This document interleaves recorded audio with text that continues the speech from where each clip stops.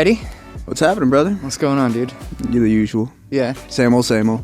Yeah, it goes. Good to have you here. Yeah, I'm glad to be here. Got a nice little setup going on. Yeah, we got a new spot. Yeah, for sure. Nice, All right. man. So yeah, I mean, I've known you for like a couple months now, maybe a little more than that, but we haven't really got to hash out like your story, where you're coming from, in terms of like your experiences, beliefs, and views on substances, drugs, drug users. So, you know, this series is really just about normalizing those conversations, understanding that people have different experiences and like everyone's experience is valid, and just being able to have those conversations to kind of work around the stigma, because there's a lot of stigma behind these subject matters, right? Oh yeah, for sure. It's taboo. Talking about it Very is, taboo. Yeah, exactly. So a little bit before we got started, we were talking about kind of your early experiences and substance use and like what kind of drew you to that. You know, I was talking about like my experiences in DARE, and you maybe had like a little bit different introduction into drugs in general. So can you tell me a little bit about that? Yeah, it's just people I was hanging out with, you know. It started with the weed, you know, and they were smoking, so I smoked too. And then as we kind of grew up, we started trying other things, and then the pill days came, and I got going with that. Took that way too far. Were you down here during that? Yeah, this is my home. Right. Yeah, for sure. South Florida has been my home. I was in Hollywood till I was 12. Then when we moved up here, that's when I was introduced to smoking weed, you know. Okay. You know, they put me in the dropout prevention class because that's the only room they had. So I was in with all the bad kids, and so I started doing what they did, you know, and well, the bad kids, I should say. Yeah, well, you started getting stigmatized at a really young age, right? And I was, you know, they were smoking weed, and I started with that. And like I said, as we grew up, other things came into play, and we tried it. You know, if it came our way, we would try it. I never said no, no matter what it was. And then, you know, fast forward a little bit, the opiate days, the epidemic. What do they call it? Pandemic? Yeah, whatever. They call it an epidemic. I don't whatever. know at this point. The pill days came and took over, and I got sucked into that. You know, I was working at a place, and they were getting them, and they'd always ask me, "Hey, you want some?" So going 2 weeks into saying yes for 2 weeks straight, I got hooked physically. Right. And it just so happened it was like my first love broke up with me, and it was like that no sleep, can't eat, all that kind of, I just kind of locked myself in my room, and I didn't do any. And I got really sick. Excuse me. And I thought it was because of the breakup, but it wasn't. Yeah. You know, because then I decided I was going to self-medicate, and I felt better instantly. Right. And I was kind of like, I think I got a problem, but it didn't stop me. I kept going from the Roxys to Dilaudid to heroin. And then I had an overdose, and that was the last time I ever used. I went to treatment, did all that, and then I grew up in the 12-step fellowship. So it was ingrained in me that if I ever smoked, that I was going to, you know, be putting needles in my arm again. If I drank, I was going to be putting needles in my arm again. If I did this or went there, you know, that kind of stuff. And I believed it for a long time, and I needed to see a doctor for sleep because I don't sleep well. I have my brain is constantly going a million miles an hour. I think I'm a thinker, and it's not always a bad thing. It makes me successful in the things that I really love to do and the things that I go after, because I'm always thinking about, okay, how can I make this better? But at the same time, it reverses itself when I'm laying in bed, and it keeps me awake. Right. So, what are my choices? Go see a psychiatrist or something more natural like medical marijuana. I didn't want to be labeled with whatever disorders and walk out with a bag full of pills. I didn't want pills, for sure. You know, I still don't cross some things. I'm still very careful what I do. Your boundaries and stuff. Yeah, like I might smoke weed, but I would never go back to doing coke or something like that. I wouldn't open that door. Have a couple of drinks, sure, but I won't cross certain boundaries. So pills, off the table. So I went to a medical marijuana doctor. Now this is 4 years into my recovery. The strongest thing I've taken was Excedrin, extra strength or something like that, you know. So it took a lot of thought for me to make that decision, partly because of my upbringing in recovery. Yeah. Was that something that you discussed with, like, your sponsor, your sponsorship family, your home group? Was it like... No, as a matter of fact, this is like my first time openly talking about it. It's not something I tell people because of that. Because I don't want the phone calls. Oh, how are you doing? Are you okay? Sure. Are you okay? You know, it's like, yeah, my life's better than it's ever been. Right. You know, it's I don't want to do that. So I don't tell anybody. Yeah. So this is actually there's only a couple people close to me that know. And now I'm kind of putting it out there. Hey. So, but I think I'm at that point where it's like, I don't care. My life is good. I'm happy. You know, good things are happening in my life. I mean, you know about some of them, you know, and yeah, my life is not unmanageable, not even close. Right. And that's what it's about. I mean, do you still go to 12-step fellowships? No. Do you do any of that? So I think I lost my seat, you know, because I do drink from time to time. I don't drink in excess. I have a couple drinks. If I feel it kicking in, I stop drinking because I don't want to get drunk. But I do want to go out and hang out with some friends and not feel like I'm the odd man out or everybody's trying to be careful around me. You know what I mean? Right. Or, hey, are you okay? I hated that. Yeah. I hated that. Yeah, no, for sure. And I only ask because, you know, like you talking about it now, I think is important in a lot of ways because there's a lot, you know, I early in recovery came up in 12-step fellowships, but also had exposure to just the idea of multiple pathways. Like I was fortunate in that even within 12-step fellowships, which is kind of a rare experience. Yeah, I was lucky for that. But like I would hear this very pervasive narrative that if you do go out, so to speak, or like decide to even not like decide to use another substance, like drink on occasion or use medical marijuana, but just step away from the 12-step fellowship, you're going out, meaning like you're going to shoot dope or like your life becomes unmanageable again. And that perception is like really prevalent in those fellowships, but it's really like a confirmation bias kind of deal because the only people that you see coming back are the people that did fuck up, right? Like you're living your life is fulfilling, self-directed, all that stuff that recovery is actually about. And, you know, perhaps the people who were in a home group of yours, like have one perception just because you haven't come back. But the only reason that you would come back is because it didn't work out, right?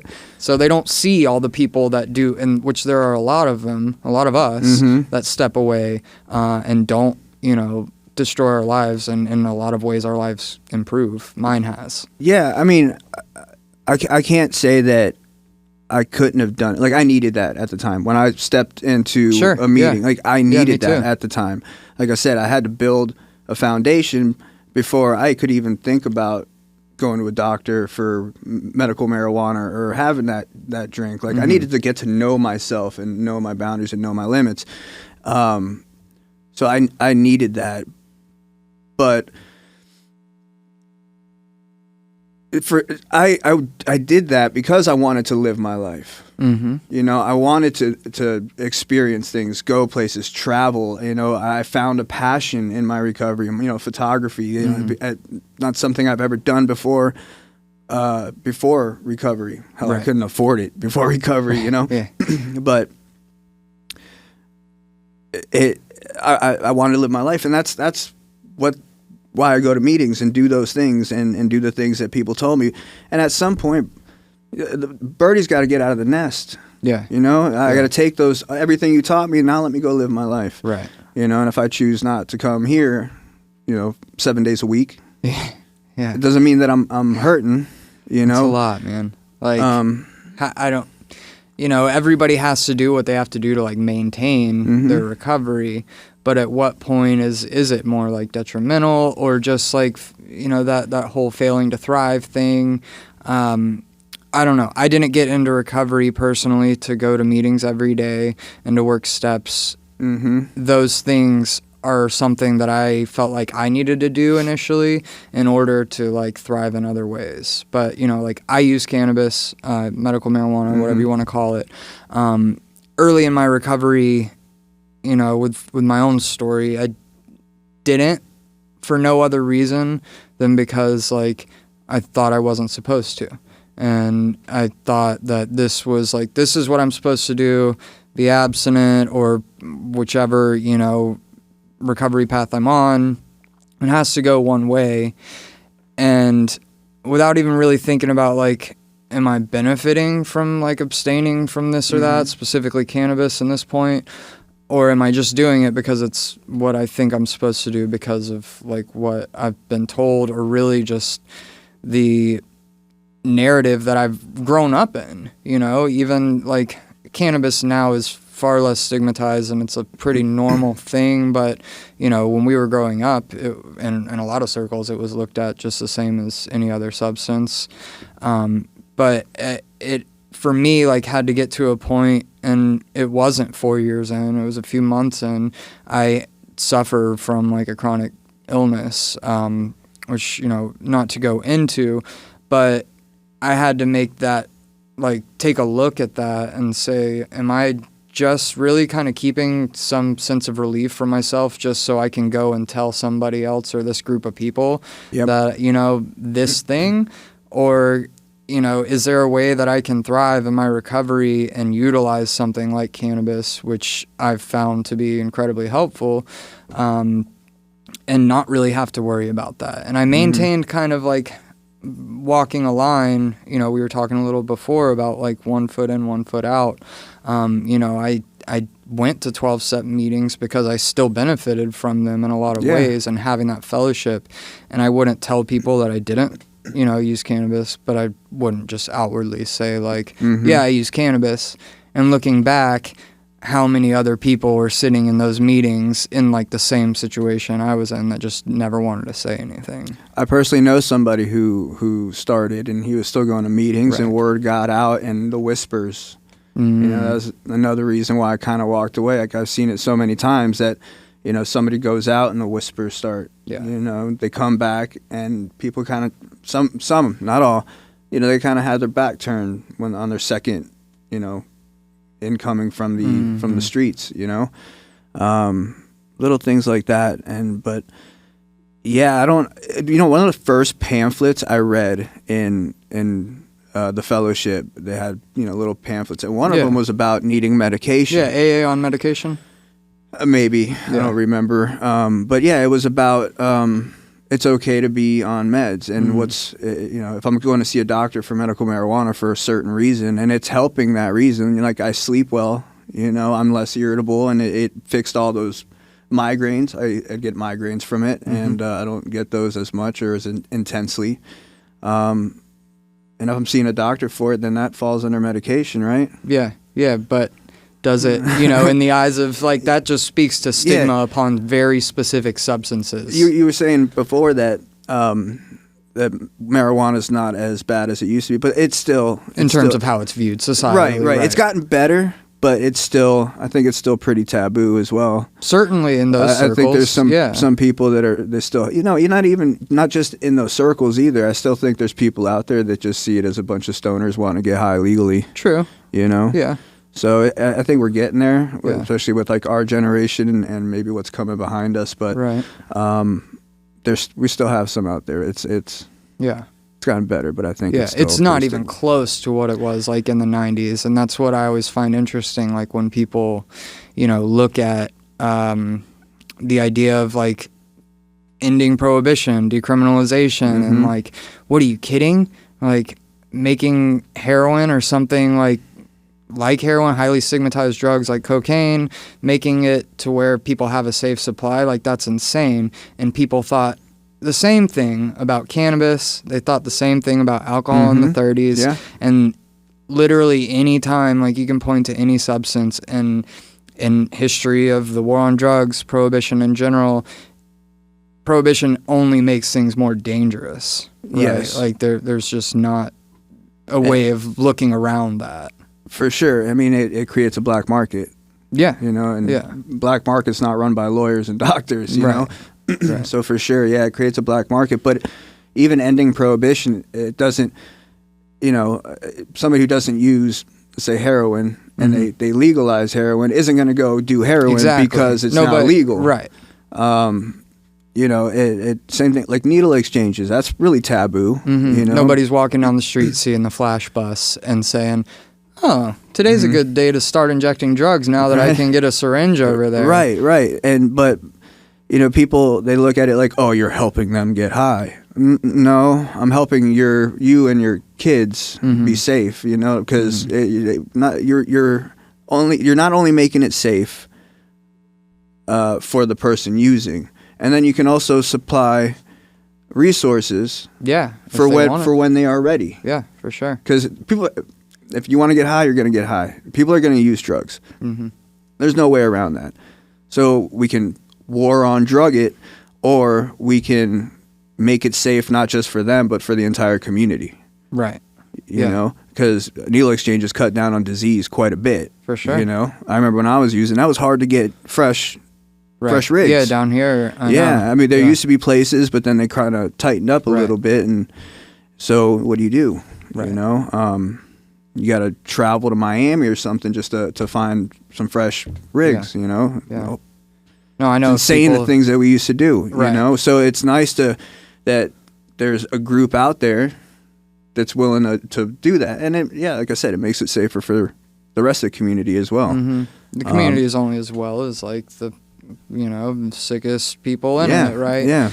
And I mean, it is for the better of the community. I know people that have bought used syringes for like $20 prior to, any kind of syringe access program or even like laws allowing pharmacists to sell them without a prescription. But at this point, like it's to their discretion, so to speak. But like I would see people posting fairly frequently on like the Boynton Beach Raw and like Delray local, those various Facebook pages of these local communities. They would find like a syringe on the street and post about like how terrible this is, and which, looking back, like there would be a post like here and there, and if there were really syringes everywhere, like you wouldn't think to even post about it. But that's another thing. But I would see some of those same people, like when the kind of publicity and media coverage came out about the Flash program, were saying, literally saying that West Palm or Palm Beach County is going to become like, they kept going back to San Francisco. For some reason, they just like had this idea that San Francisco is the first and only place with a syringe exchange, which is really far off. And that everybody was going to be shitting in the streets. That's like the thing that they drew, which really just like shows like how stigmatized like drug users are, and without like realizing that there were people that were exchanging, like doing underground syringe exchange in the county prior to this opening. Like this wasn't a new thing. It's just now that it's regulated. But in terms of like getting syringes off the street, if that's what you want, like give somebody an incentive to dispose of it properly.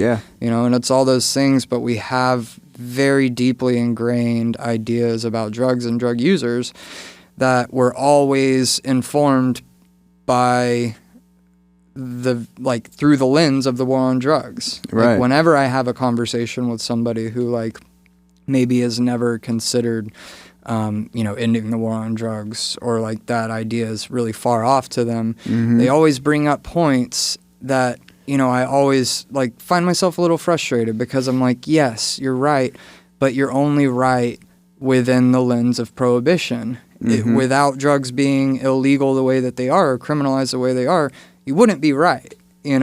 Like they'll bring it, just like as an example, like they'll bring it back to something like fentanyl contamination or something. Like you're not going and buying a bottle of rum and like going and getting a fentanyl test strip to make sure there's not fentanyl in there. Yeah, if you have a safe place to go. What is it, Sweden? There's a couple with heroin maintenance programs now. Yeah, don't they have one where they give them a safe place to do their thing, supervised and things like that, and they have like no overdose deaths, almost 0%? Yeah, Inside in Vancouver was actually like the first safe injection facility, and they've been open I think since like 2013 now. They've had plenty of overdoses. Because they're not, with Insight, they're not getting like their supply. They're still getting a black market supply, more or less, but they're going there to use. And so there's overdoses. Sure, nobody's died because all of those overdose deaths that happen, they're all preventable with things like this. But Switzerland, I believe Sweden as well, and there's programs in the UK now, I think, where they do, like, it's a heroin maintenance program. So people go get diacetylmorphine, like a very specific dose prescribed to them, more or less, twice a day, go and use their thing. Vancouver now has a Dilaudid program. So it's similar. North America, like pharmaceutical companies just don't have heroin, diamorphine. If you go to the emergency room in the UK, like break an arm or something, Right. good chance you'll get diamorphine, which is literally heroin. And then that kind of goes back to like grandma getting a hip surgery who got heroin isn't leaving the hospital to go like rob a drug dealer, right? Like we have this in our heads that like if you get heroin, like you're hooked like that. Right. 'Cause that's what we've been told. It's mental, man. There's a lot more to it than that. Yeah, so many people, prescribe Percocets for getting their tooth pulled, and they're not going, because they don't have that mind, Right. So I think there's a lot more to it. You can't. People are dumb sometimes. Yeah. For sure. Like it's not logical. Right. It's not. Right. But going back to like the needle exchanges, that also opens up this avenue for people, like if they do want help, they know somebody who's not gonna judge them Exactly. and help them out. It's embarrassing to ask for help. Everybody tells you ask for help if you need help. It's embarrassing, man, because people look at you a certain way, and and you already feel like crap about yourself, and now you got to go to somebody and you're gonna be scared out of your mind to be judged. But those guys that were bringing me the fresh needles and asking me if I needed water and this and that, maybe I can go get some help. Yeah. Yeah. So I think I'm with it. I know it's taboo for some people, but I understand the whole idea, and I don't think it's for everyone. I can't say I hate cliches, but one of the cliches I love is what worked for me might kill you. Sure. Yeah. I believe I know somebody now who's in treatment because they were doing the same thing I did, drinking a little bit, and they had their medical card, and then it turned into drinking a lot, then it turned into doing some coke, then it turned into calling me at 4 a.m. because somebody was outside their house. Nobody was there, and so now they're in treatment again. So for some people, abstinence absolutely is probably the best thing. Yeah. But I don't feel that's, it depends on your mind. Right. And where you're at and how much work you've done on yourself. Because, I had to work on myself.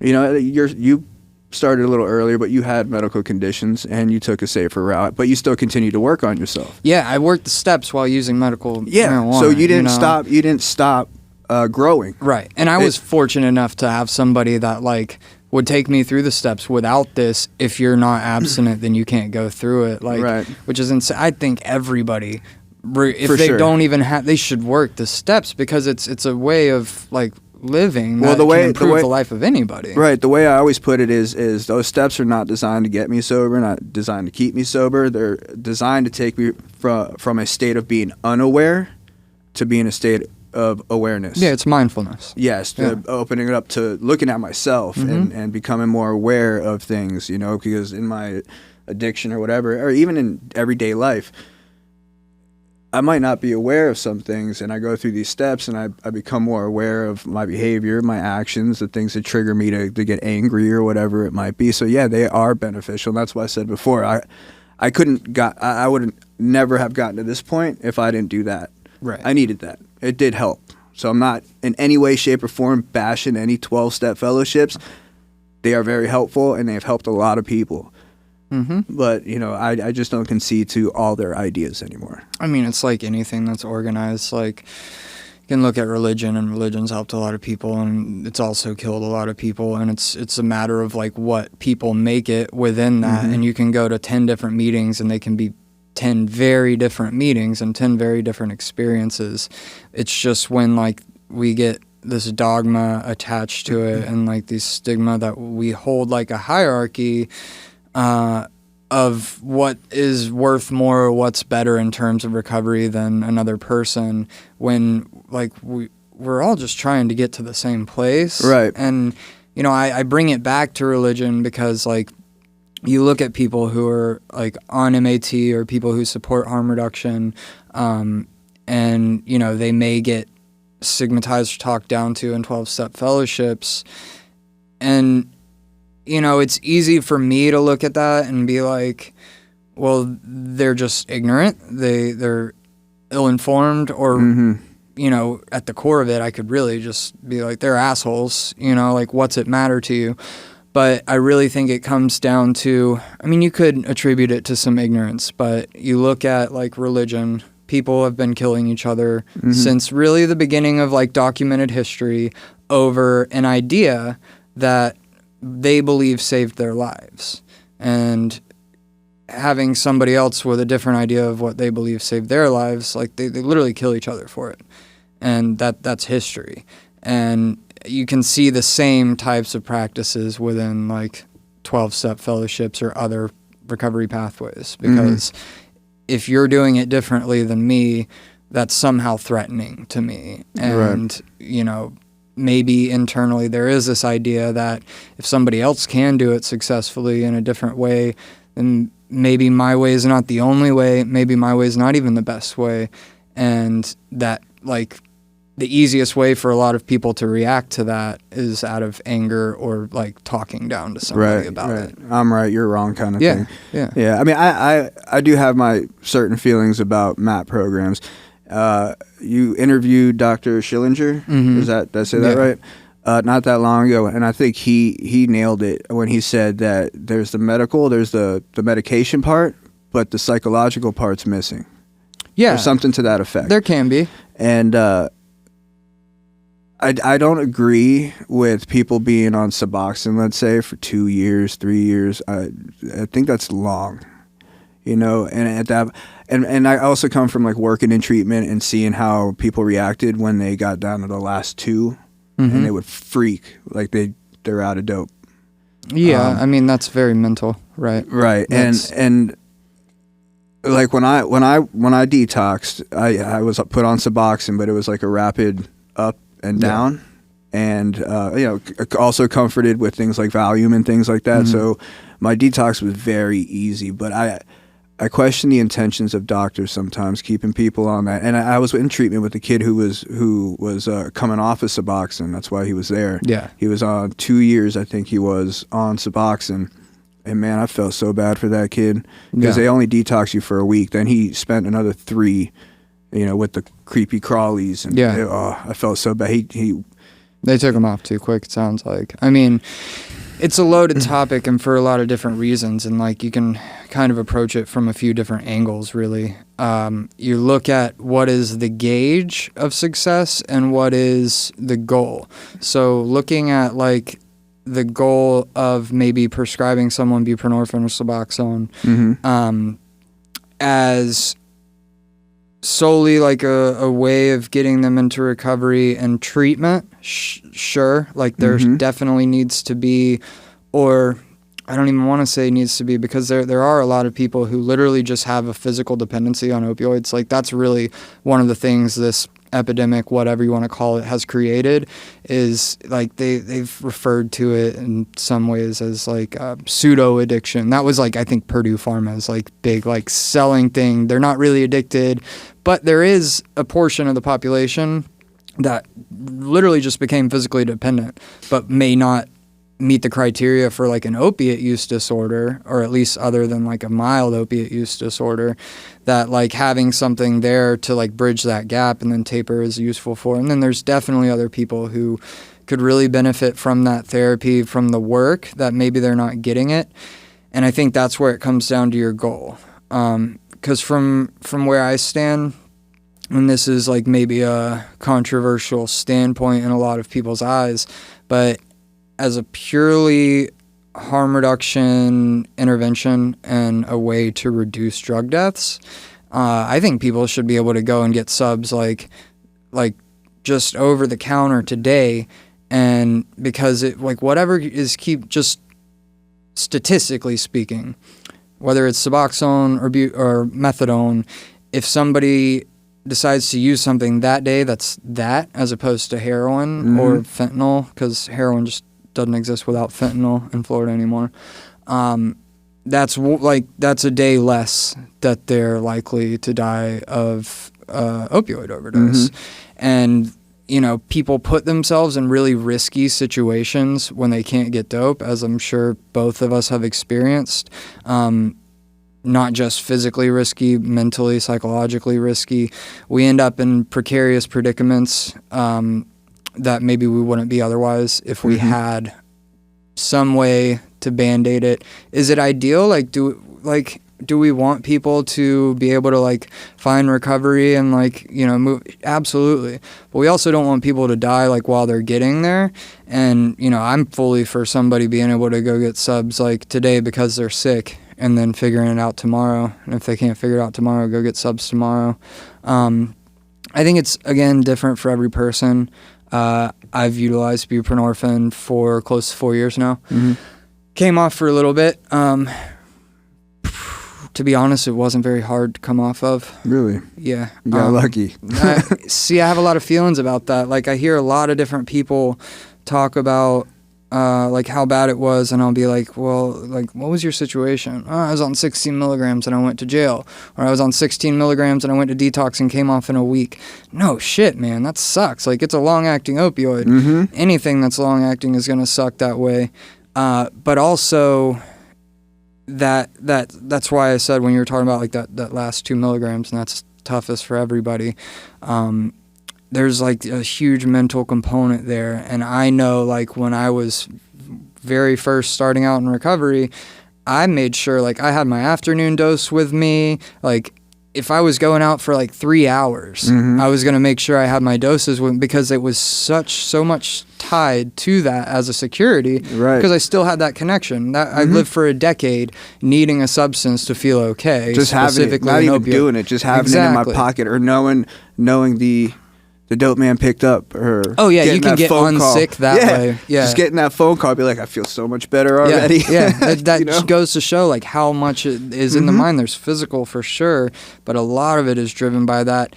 And I see people rush to jump off because like there's this like, well, if you get on it too long, this or that, and it becomes detrimental because they hadn't taken that time to build up. So if I jumped off like early on and really wasn't like, I still had that connection in my mind because I still didn't have much going for me purpose-wise, it would have sucked.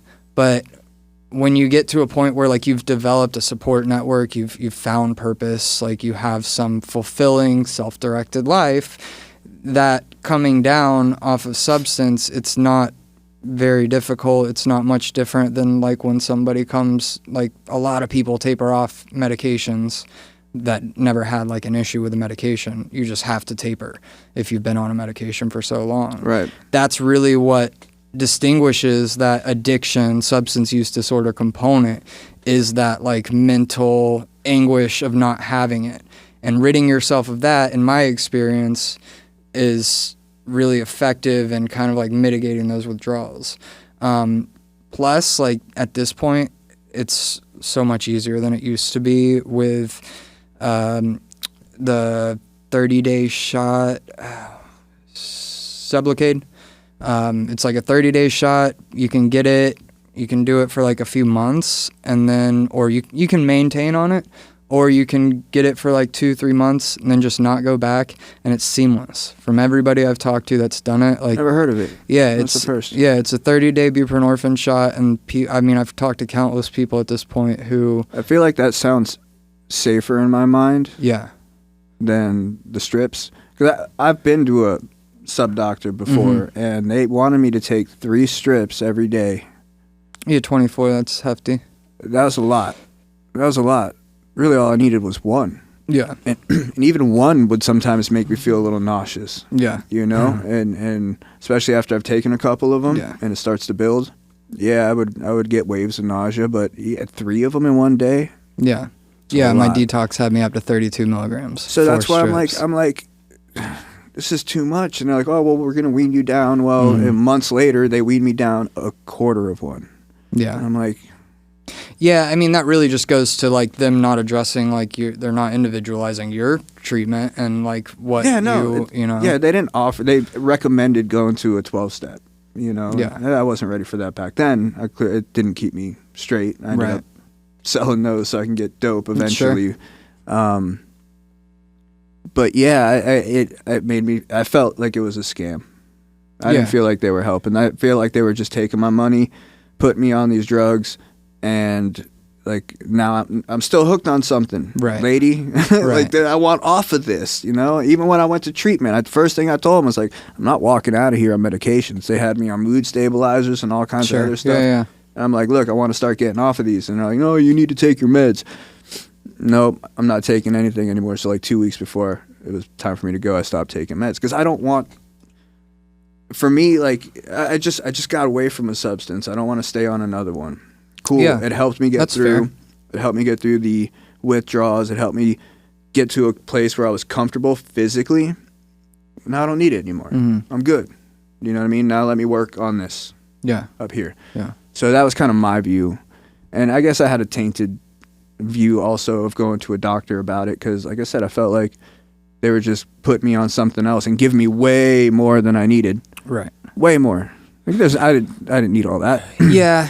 I don't know who the doctor is. I don't think want to say the name. Yeah, but no, for sure. It doesn't matter. They've been around here for quite a while. As a matter of fact, I think the guy that started it is dead. Okay. You might know who I'm I could talking maybe imagine who that is. about. Yeah, actually. I think you might know. But regardless, I don't want to speculate. Could it be like some just shady shit? For sure. I do think there's like some doctors that are maybe a little bit, and this again like is controversial for a lot of people, but I think there are some doctors out there who may be like of the harm reduction mindset and who may be of the belief, again, they would never admit this because like the way it is currently, it would really be highly illegal. But they may be of the belief that when it comes to diversion of buprenorphine, it's not a bad thing. And I've spoken privately with physicians who kind of have expressed that. Just going back to like what we were talking about, people do risky shit when they can't get, and having something that's kind of out there, and very good chance that has nothing to do with it. I just know that that is a component in some physicians' minds. But also, going back to like the not trusting thing, I think like that's really common. Like we, as our generation, really got hooked on opiates as a direct result of pharmaceutical companies and like really irresponsible stuff. That The came pill from mill them. days, yeah, man. Yeah. Yeah, you go to 10 different doctors and get a script from every one of them Right. back then. Right. And so, you look at Purdue Pharma and like all the shit that like went into that and like how shady some of that stuff really was in terms of like, I could go into that for a long time. That's a deep rabbit hole. It's another show. Yeah. But, so with that, like kind of being what we have come up in, it could be really easy to like just have a straight across distrust for pharmaceutical companies in general.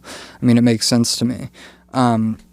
But like there's nuance to everything, and you look at the pill mill days and people weren't dying at the same rates as they are today or were when like fentanyl peaked, and when they were Right. dying, it was rarely OxyContin. It was almost mixture. always OxyContin, Xanax, OxyContin, Xanax, and Somas, Alcohol. some benzo muscle CNS depressant combination. Yep. Irresponsible prescribing, but to me that speaks to safe supply. Like I'm not saying the pill mills were good or the way that they went about like prescribing mass amounts of OxyContin and pain medications were necessarily a good thing. Got a lot of people hooked that maybe otherwise wouldn't have been. But in terms of like this or that, they shut down the pill mills and overdoses skyrocketed because it went to heroin, which immediately went to fentanyl. Yes. Yeah, well, it was Dilaudid. Well, in my experience. Down here. Yeah, because Dilaudid, it was, the heroin wasn't as big yet. Dilaudid kind of took its place because it was a little cheaper. And then that skyrocketed, the prices, and then it went to heroin. Yeah. Yeah, and even like you said, like overdose back in those days, I don't remember people dying around me like they are No, me now. Like neither. all my friends are dead. Yeah. They're gone. It wasn't like that back then. I knew a girl that OD'd off a morphine lollipop. You hear about it here and there, but it wasn't like it is today. But no, not even close. Yeah, it's different, and like that. Again, like that's just the nuance to every situation. Like you can look at it, and right or wrong, there were a lot of wrongs that took place, but like the way to address that often made things worse, because we really just always come back to the same thing in addressing anything that has to do with substances. In my eyes, it always just goes back to the same like old tropes of the drug war. You know, like, what are we gonna do to address this? Just say no. Yeah, yeah, because that worked. Right, and we keep doing the same thing and just outlaw, criminalize, hope it gets better. Throw everybody in jail. Worse. Yeah, for long periods of time. Right, destroy their lives. Turn them into felons for a gram of coke. Yeah, make it impossible for them to get a stable job, anything worthwhile. We are going to throw you in prison instead of trying to help you. Right. You know, when that's what should be happening. Like, offer help. Yeah. You know, you are a part of the problem because you're not offering help. Right. You know, you are disciplining. They don't need discipline, man. When they need help, they need to know somebody cares. Yeah. You know, that's it. Compassion. I mean, our criminal justice system is framed in such a way that it's rehabilitation. Like, that's literally what it's punishment. That's just a nice way of saying it's punishment. Yeah, that's not rehabilitation. No, this isn't a hospital, man. Yeah. You are punishing me. You're familiar with Portugal, like some of the stuff like that went down there, are you? No. Okay. So I don't know if I've talked about it in a previous episode, potentially, but so Portugal had like a massive drug problem, specifically like heroin. I think it was 1 in 10 people were like Portuguese citizens. I think we've talked about addicted to heroin, which is like a pretty crazy number. Like if we had 10 people in a room and like every time one of those people is addicted to heroin, like that's a pretty wild statistic. And they had pretty intense like drug laws. From what I understand, their drug laws were not far off from ours in terms of like their intensity, mandatory minimums, stuff like that. And because they had such a problem, they're like, we need to address this. And so they, you know, got scientists, like sociologists, psychologists from kind of around the world, and said, like, what can we do to address this? Like, we need you guys to figure something out for us. And they basically said, like, we'll do the research. Whatever we come back with, you got to do. Like, you can't just, like, have us, which is kind of common in the United States. Like, let's see what would work. And then when we find out maybe it's not what we wanted. Thanks for letting me know. Yeah, okay. let's not give that a go. So sounds like a good plan, but it's too much money. Yeah. Or just it doesn't fit like what we hoped you would come back with. So they came back and they said decriminalize everything. Everything from heroin to weed to whatever. And a lot of people who hear about this have the perception that they said decriminalize everything and put all the money that you spent towards basically destroying people's lives who use drugs towards their war on drugs, take that money and allocate it to treatment. That's what a lot of people like have that perception of. Awesome. And I did for a long time. I had that idea that that's what they did. In fact, like a very small portion of that money actually went to treatment, traditional treatment. Okay. Most of it went to like small business loans, money to go to trade school, ways to like actually get them into a life, which kind of goes back to what I was talking about, like establishing a foundation. Yeah. You know, like it's easy to throw somebody in treatment and say like, stop using drugs. But so what you're saying is they taught them skills. They used some of that money. Yeah, they gave them means and purpose, more or less. That's and pretty cool. And in a lot of cases, it wasn't even like stop using drugs and then it was like almost the opposite. Part of the program almost, it sounds like. Yeah, like, similar to the idea of like housing first. Right. Like in a housing first model, it's kind of approached in a way that with the idea that it's kind of asinine to ask somebody to stop using drugs while they're on the streets. Like somebody who has no home, their basic needs aren't met. For a lot of people, using a stimulant to stay awake at night is how they stay safe. Or using, you know, an opioid is how they're able to sleep in an environment where they wouldn't otherwise. And asking them to just stop using or drinking or whatever isn't maybe like a fair ask. And so like looking at, you know, Maslow's hierarchy of needs, like you got your basic needs at the bottom of the pyramid, housing, food, shelter. And then the very top is self-actualization. And like you can't work towards like getting a purpose, understanding yourself, self-actualization without having those basic needs met. So the idea behind it is more or less like, let's get somebody housed, and then like we can start, like they can start addressing other areas in their life. And in a similar way, like giving somebody purpose, like, you know, maybe you're not totally stopped, maybe you're still using cannabis or whatever, but it gives somebody a reason to stop instead of just being told. Like, people oftentimes, when given opportunities, grow out of like chaotic substance use. It's just the fact that like our society's stigma upon drugs and drug users and like generally prohibition keeps people in there. Because like you know, you're fine, you use some drugs here and there, and then you get arrested or you get fired because you use coke on the weekend, and then like when you're not working, and then you pop positive and now you lose your job. That literally just creates, yeah, and you're like, labeled a drug addict even if it was just a one-time thing. You went out to a bar and did a couple bumps, you know. Right. So what was the outcome? Oh, they have some of the lowest drug rates in the world. Nice. Drug use rates. Yeah, they like it's incredibly successful. It seems like we're behind. Yeah. You know, you look at like what Sweden did and all that kind of stuff, and I hear stories like that, and it's like, why don't we, if it's successful in other places, why aren't we doing this here? Right. Because we don't want to help people. Yeah. You know, we just want to turn our backs. Want to criminalize them. Yeah, and then treatment. If you don't have insurance and you don't have a fat wad of money, it's really hard. Yeah. You know, and state-run facilities ain't cushy. No, it sucks. You know? I went to a state-run detox. Well, if you really want it, you know what? I would really want to be cushy when I'm going through the hardest part of it, you know? So it definitely helps. The comfort level helps. How many people do you know that probably have gone to one of these state runs and left, you know, like, screw this. Yeah, for sure. You know, this is some of them are doubled psych ward. You know, I've been to one. I wasn't there as a patient, but I've been to one to speak, you know, and yeah, mine, the detox I went into was a detox psych ward. Oh, boy. I wasn't there on psych, but that was interesting to say the least. Yeah. Oh my goodness. Yeah. Let me tell you what, I couldn't have detoxed that way. Yeah. It's not fun.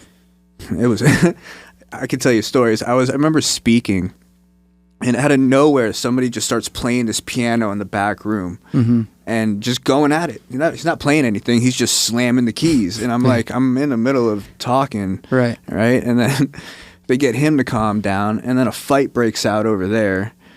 Oh, it was chaotic. It was chaotic. This girl, she starts going off about her mom for 25 minutes. It was, it was an experience. And I don't think I could have gone through that process in that environment. But it's really hard, like I said before, if you don't have money and you don't have insurance, it's really hard to find yourself in a place unless you are lucky to get scholarship. Right. Yeah, and then a lot of those scholarships end up being shady, and you get like body brokered in a lot of ways. Like there's so a lot of that comes down to for-profit treatment. Yeah, so it's not easy for people to get treatment. At all. Yeah. You know, and I can't tell you how many times I've gotten that call, man, I need some help, you know, and I'm like, okay, and calling around, trying to find scholarships, trying to figure out, you know, nothing because they didn't have insurance and they didn't have the money. It was $30,000 for me to go to treatment. You know, luckily I have amazing parents. Yeah. And my dad, you know, he put up to get that money. So I got lucky. But yeah, I think implementing programs like that help people to find a way and make it less taboo and something that's more talked about or more accepted, and people just have a heart. You know, just have a heart, man. For people. That's somebody's mom, brother, sister, uncle, whatever. That's somebody loves that person. Right. And they're just lost. Yeah. But we've turned our back on those people. Yeah. You know? For sure. And a lot of the treatment that people do get, if they can get it, ends up being very cookie cutter. Like, you know, it's a one size fits all. You can pay $30,000, $40,000, $50,000 to go to a treatment center, and they'll use a free program as their like treatment framework, which, you know, I don't know if that's really right either. Not to say that the 12 steps aren't super helpful, but like somebody's paying out this much or their insurance paying out this much, like you better have like some serious like treatment that's individualized to me, and that's just not really a common thing. Actually, I had that at my treatment center. Yeah, we had we were put in different groups at a few different counselors or whatever they were, therapists. And, we would have group sessions, and then we would have one-on-one sessions, and then we'd have little classes about different things here and there, like, confidence building type stuff. So actually, I didn't even want to leave treatment. I loved it there. There's free ice cream in the freezer all the time, big tub, ice cream sandwiches. Oh, it was like, it was a little vacation, man. I didn't have my phone. I didn't have to worry about anything, you know? That sounds so I actually enjoyed the treatment center I went to. I got lucky. I got really lucky. I've always kind of wanted to go to like a legit treatment center. I went to a state-funded detox. That was also a psych ward. My first night there, like a lot of those stories rang very familiar to me. My first night there, they put me, so there were like 3 units. Unit 1 was psychosis, Unit 2 was technically detox, and Unit 3 was just like major depressive stuff. But there were only like 2 or 3 of us in the 2 weeks that I was there actually detoxing. So Unit 2 was mostly major depressive stuff, but it was full my first night. They were going to have me like in the little waiting room downstairs where you're just like isolated and they can't give you medication. And I was also like severely dependent on benzos that I had been prescribed for a long time. And starting to show like signs of seizures and stuff. So they had to get me up quick so they could actually give me medication. So the only bed that they had available was in the psychosis unit. So my first night and like the day until they got a bed open, there was not a person I could talk to. Everybody there was either catatonic or talking to themselves. It was an experience. Should join the conversation. Like I was so freaked out just in general. And it's not that I hadn't had exposure to some degree to like that, but being in that situation, like where, I was as sick as I'd ever been and already feeling like I'm like on the brink of delirium, benzo withdrawal is weird like that. It was definitely a trip and, like not a fun thing and not ideal for anybody who's like experiencing a detox from, any substance, but that's just where you get put. And, speaking to that, I went to Vanderbilt Hospital and not speak bad about Vanderbilt. They like took care of me medically speaking. The detox process was probably as okay as it could have possibly been with like the level of medication and shit that I was prescribed, opioid and benzo wise. But I had other issues. I wanted to actually my doctor down here like had recommended that I see a neurologist while I was up there. I had like a skin thing going on, which thankfully like it was just like kind of like eczema from like excessive sweating. Regardless, I was supposed to have like 2 different specialists come see me, and I was there for 2 weeks. It was a long stint in detox, and not once did I see either of those. And a tech like told me, because I asked at one point, or is that neurologist like going to come by? And she's like, there's orders, but honestly, like, just to be honest with you, they don't tend to like have much priority for detox units. And that's just the way it is for people who use drugs, Yeah, there's no priority for them at all. Right. That's why we need things like what you guys are doing, bringing up the conversations, doing the needle exchanges and bringing some light to that. Yeah, for sure. And offering ways to help people. Mm-hmm. Regardless what people think about it, like I understand the reasons for it, and I get it. It makes sense. And it's been successful in other places. With like things that, if that was more talked about with the thing, was it Peru? Portugal. Yeah. If that was more talked about, maybe we can do that here or, but you have people, Sweden, oh no, that doesn't work like you say it works. Yeah. And it's like, well, here's the data. No, that would never work here. Yeah, I actually know somebody who was on the heroin maintenance program in Switzerland, I believe. And he just like got bored with it. Like literally, he was physically emotionally, psychologically dependent on heroin for like 2 decades. He was an older gentleman and was on the program for like 9 months to a year, and just decided like the whole thrill, I guess, was gone. Yeah, like this was just something that he was doing. And by that point, he had like a job that he enjoyed. Like he had started developing other aspects of his life, things that, you know, we'd call recovery capital, so to speak. Right. And he's just like, well, I'm done with this. Like it's fine. And really didn't have much issue like coming off. Like it was medically supervised, went through the process.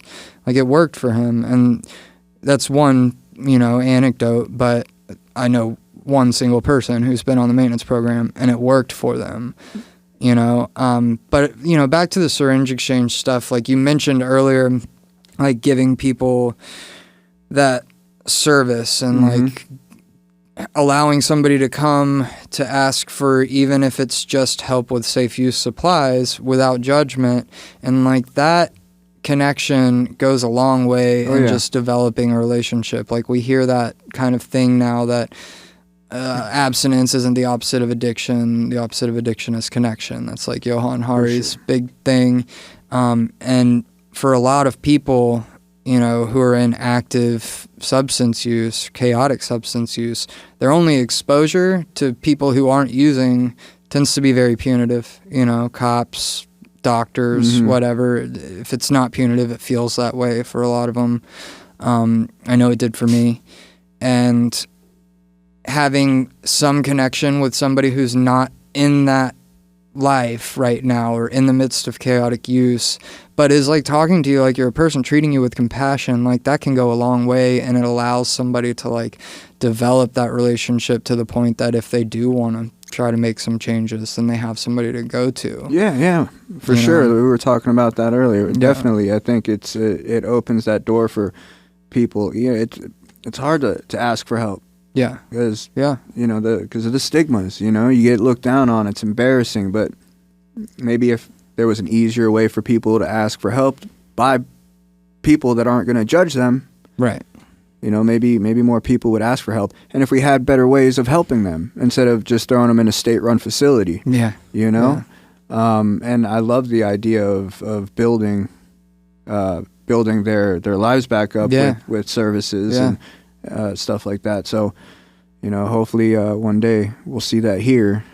Yeah, that would be cool, man. You know, I get discouraged sometimes. What you guys are doing could open that up. Right. You know? Yeah. Who knows how far this can go. People need to be educated. Yeah, I mean, that's a huge thing. There's different ways for people to get help. Yeah. You know, there's different ways, different avenues of recovery. Right. And we don't need to be so, like, angry about it or turned off by it or whatever the case may be, and be more compassionate and helpful. Yeah, for sure. Don't have to be so rigid. No. And these are people too. Right. You know, and instead of punishing, it's helping people. So it's great what you guys are doing, because you know, you might be the spearhead on that one. Yeah, I mean, that'd be dope. And I mean, we're all trying to get to the same place, more or less. And even if somebody isn't like ready to stop using drugs, even if they never want to stop using drugs, like providing them with the ability to stay safe and, you know, keep the community safe around them can go a long way. And, you know, I know people who have decided to make changes in their life, but not just overhaul everything, including their drug use, and they've been successful at it. It sounds like super crazy. Like I wasn't going to get to where I am now, like continuing to shoot heroin just wasn't going to happen. For some people it does, and it's just never talked about, you know? So just like broadening kind of our perspective too on what it means to be in recovery. You know, you talked about like it has nothing to do with like using a drug or this or that, or not putting something in your body. It comes down to like the way you're living. Yeah, changing the way people. That you think. You know, where the head goes, the body follows. Yeah. So yeah, recovery has nothing to do, because again, you can recover off of many things: gambling, sex, food, whatever it may be. But it all starts with changing the way that you think, and that takes work. It doesn't just happen. You know, it takes a little bit of effort to do that. Yeah. So, Yeah. but I know we're running out of time, so yeah, I'm gonna man. shut No, up. I appreciate you hanging out and I can go talking on and today. on about that, but Yeah, we'll for just sure. cut it off there because I know we're out of time. Cool. All right, man. Well, maybe we'll do this again. For sure, this Have was you fun, around. man. Yeah. I enjoyed this. Yeah, me too. For sure, let's do it again. Appreciate it, bro. All right, thank you.